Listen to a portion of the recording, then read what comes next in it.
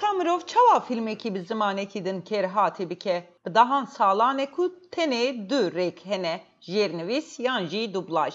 Gelek kes dijî temaşekirina filmên bi jêrnivîsin, ji ber ku dikare bala mirov ji filmê dûr bixe. û dublaj ya ku şûna diyaloga filmekî digire. Lê bi gelemperî di dublajê de tevgerên dev bi peyvên ku xaşo diaxivin re hevsengiyê nakin.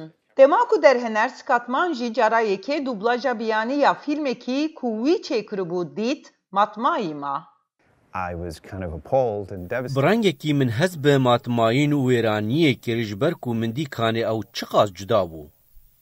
Vê pirsgirêkê derfet daye men ku ew hizra çareseriyek teknolojîk bike. Ew hev avakarê Flowless e, kompaniyeke ku bo guherîna dijital ya rûyên di filman de bernameyên kompîteran bikartîne da ku bi peyvên nû re hevseng bin.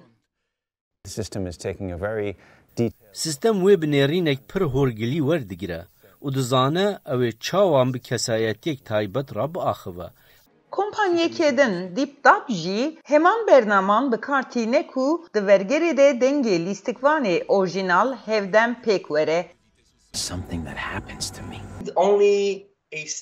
Ji bo ku em modela dengdayînê biafirînin tenê nimûneyek ji 2 û 5 deqîqeyan ya ji dengên hunermendan pêwîst e.